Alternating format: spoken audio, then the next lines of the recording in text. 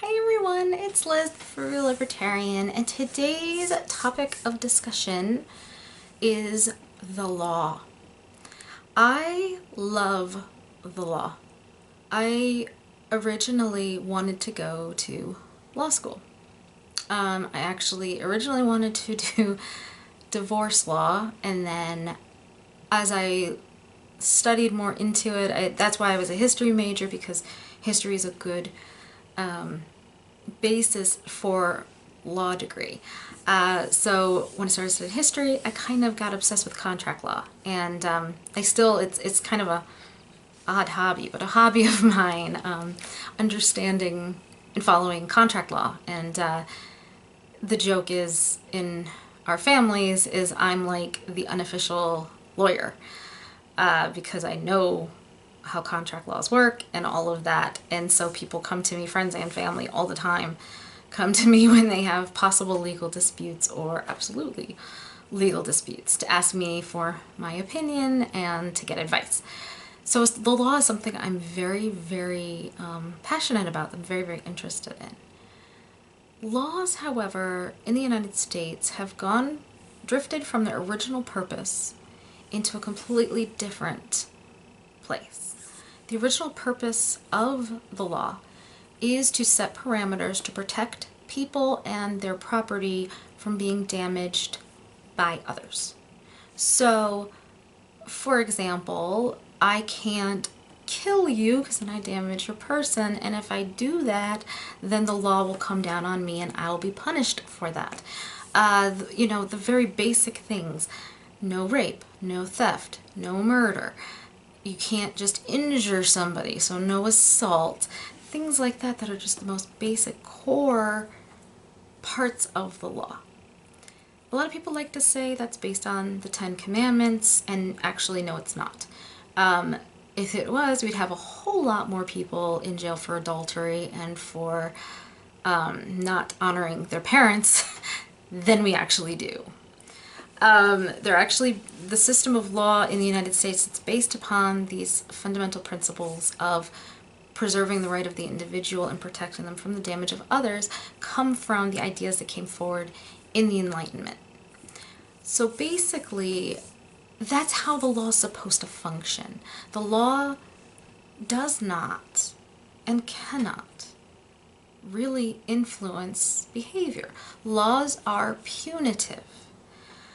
Most crimes happen because of two reasons.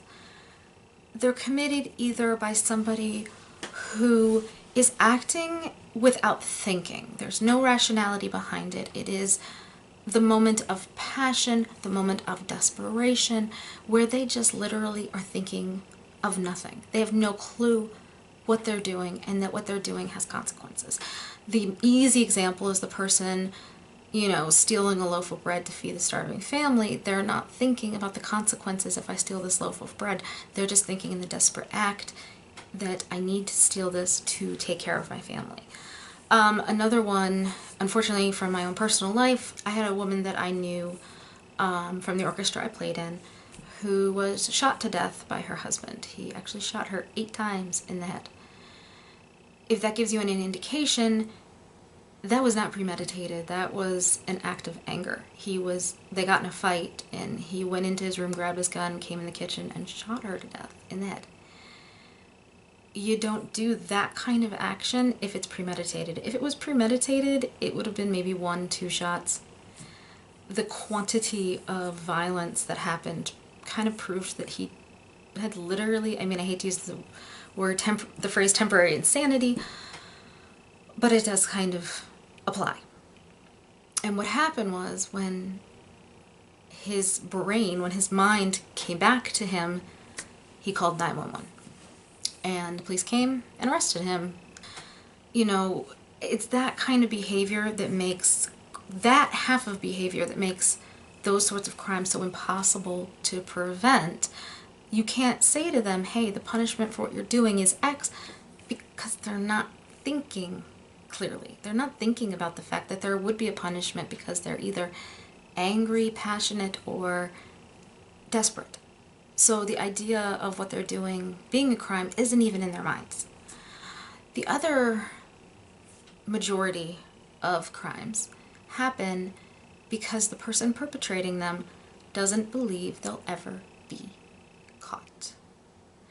So to them, it's basically like, oh, I'm too smart, nobody will ever catch me. There was a really famous case of this in the I believe it was the 1980s, where a man who was a Mensa member believed, I'm so smart, I could murder someone and get away with it. And he actually poisoned his neighbor, killed her, and I believe one of the children survived, but they had been poisoned as well and were injured from it. And the police had searched really hard to figure out what happened, and the guy got cocky and started bragging about the fact that he could commit a murder and he'd get away with it. And it turned out that what he did was poison the Coke bottles they had in their garage. And he technically would have probably gotten away from it if he hadn't been so cocky. But that's the other percentage of the majority of criminals. That's the other half. It's, I'm too smart, I'm too crafty, I can outsmart people, they'll never catch me, or this is just one of many crimes, what makes mine different, they'll never know this came back to me, they'll think it was someone else. So when you're talking about preventative measures for those kinds of crimes, they really aren't. Because again, the law punishes them when they're caught. If they don't believe they'll ever be caught, they could care less what the penalties are. And by the way, all of these suicide shooters, mass shooters, who go in there either taking their own life or anticipating they will be killed by the time they're done, fall into that category. If you're going to be killed doing the crime, you'll never be punished for it, will you? So again, harsher penalties for mass shooters, not really going to make a difference, because they don't care. They don't think they'll ever be charged. They don't think they'll ever be punished. And you can see that in the mass shooters that do survive. When they go to court to be arraigned, they always have these dazed and confused looks on their faces, like they can't believe they're there. How is it possible they're there? They weren't supposed to survive. How did they get caught? How did they end up in court for this? How are they going to see punishment for this when they weren't going to survive? So that's the other half. And like I said, it either is people who are desperately cocky, people who are just overzealous of the odds that they'll get caught, and people who just don't believe they'll survive. Take those two groups, and there's one big joiner between them, and that is the penalty for what they're about to do really makes no difference in the end result of their behavior. They may have some inkling in the back of their mind, okay, I could go to prison for this, I could get the death penalty for this. But having that in the back of their mind doesn't change their behavior at all. Because to them it's not real, it's not applicable, it's just not what influences what they're doing. It doesn't. Now, this is really a key thing to think about when you have politicians talking about making new laws, and this crime will prevent, or this law will prevent this crime. If we make gun control harsher, if we extend gun-free zones to include the entire neighborhood, meaning anybody who owns a house within X numbers, miles around the school is not allowed to have a gun. If we do things like that, we'll prevent these crimes. No, they won't. If penalties, if the nature of the legality of the action prevented the illegal action from happening, there would be no crime. If threat of the death penalty, if threat of life imprisonment made a difference, again, there'd be no crime. And we know in states that have harsh death penalty laws for crimes such as murder and rape, it does not statistically bring down the rate of such crimes. Having that kind of harsh penalty doesn't change people's end behavior. That's really one of the problems with the current system of legislation. As John Stossel used to say all the time on his show when he would discuss this sort of thing, he would point out that people always ask a politician, what laws did you pass? But not what laws did you repeal? And because we push for legislators to pass laws, because we sit there and think and agree with them and say, hey, if we make X a crime, if we make the penalty harsher, it'll stop happening. And because we kind of buy into it with them, we give them more power. They put more laws on the books, usually that are completely contradictory to other laws, or they're duplicates of other laws but have different, slightly different variations. We've ended up now, because of this desire by these lawmakers to increase the quantity and penalties of laws, with the completely incorrect idea that those laws, that those penalties will stop and curb and alter behavior. We've ended up with a system of law that is so vast that nobody, honestly, you don't know if you're breaking the law right now. I could be breaking the law talking about this for all I know. And that's a big problem. When you have so many laws on the books that you can pretty much find any reason to arrest anyone and convict them just because you want to. You know, they always brag about how they got Al Capone not for his activity with the mafia, not because of his, you know, working as a bootlegger and, you know, all the murders, all the violence, that they couldn't get him for those charges, so they got him for tax evasion. That's kind of scary. Not that I don't think he deserved to be punished, I do. But the idea that we didn't need a law, we could just look into the book and find a law he broke, and then pin it on him and successfully have him put in prison for it. Even though it's not the crimes we think he's committing, we can still prevent him from committing crimes by using this other law that's kind of over to the side and use that against him. That's a little terrifying. It's been hypothesized that the average American breaks the law at least 3 times a day.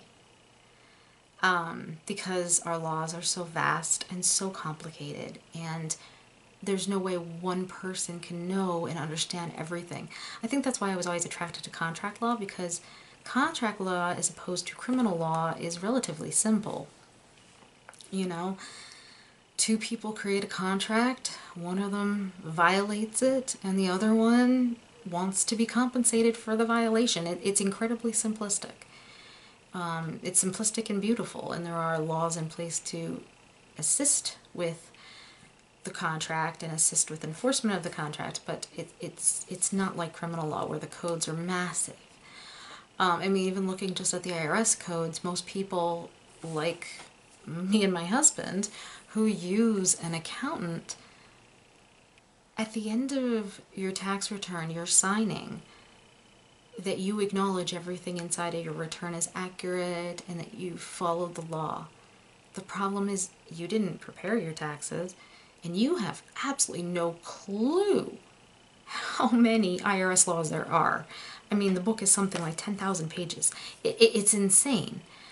So basically, you have millions of people every single year signing away, claiming, I know I've followed every law to the T. When the reality is, none of them understand every aspect of that law. So at any point, again, all the government has to do is say, hey, we don't think you did that properly, and all of a sudden your life just explodes. You know, you don't have any control over it anymore, and you could go to prison and you may not even know why. And you really didn't do anything other than hire somebody to take care of it for you. You didn't know, but you have to sign your life away based on their work because that's how the system is. You know, it is really terrifying. And what makes it even worse beyond what we have is that we do have so many people, so many who want increased laws because they're convinced those increased laws will prevent things from happening. And as I've already explained, they won't. And what they're doing is they're encroaching on their own freedom and the freedoms of others under the guise of preventing future crime when laws don't prevent crime. I am Liz, the Frugal Libertarian. If you haven't done so already, please subscribe. Please leave me a comment. Let me know what you think. Are there any laws you think are very superfluous or just downright shouldn't even be on the books? Have you ever been caught in a legal problem that had to do with one of these unbelievably conflicting, contradicting, and confusing laws that we have? I'd be really interested to hear. I'll talk to you soon. Bye.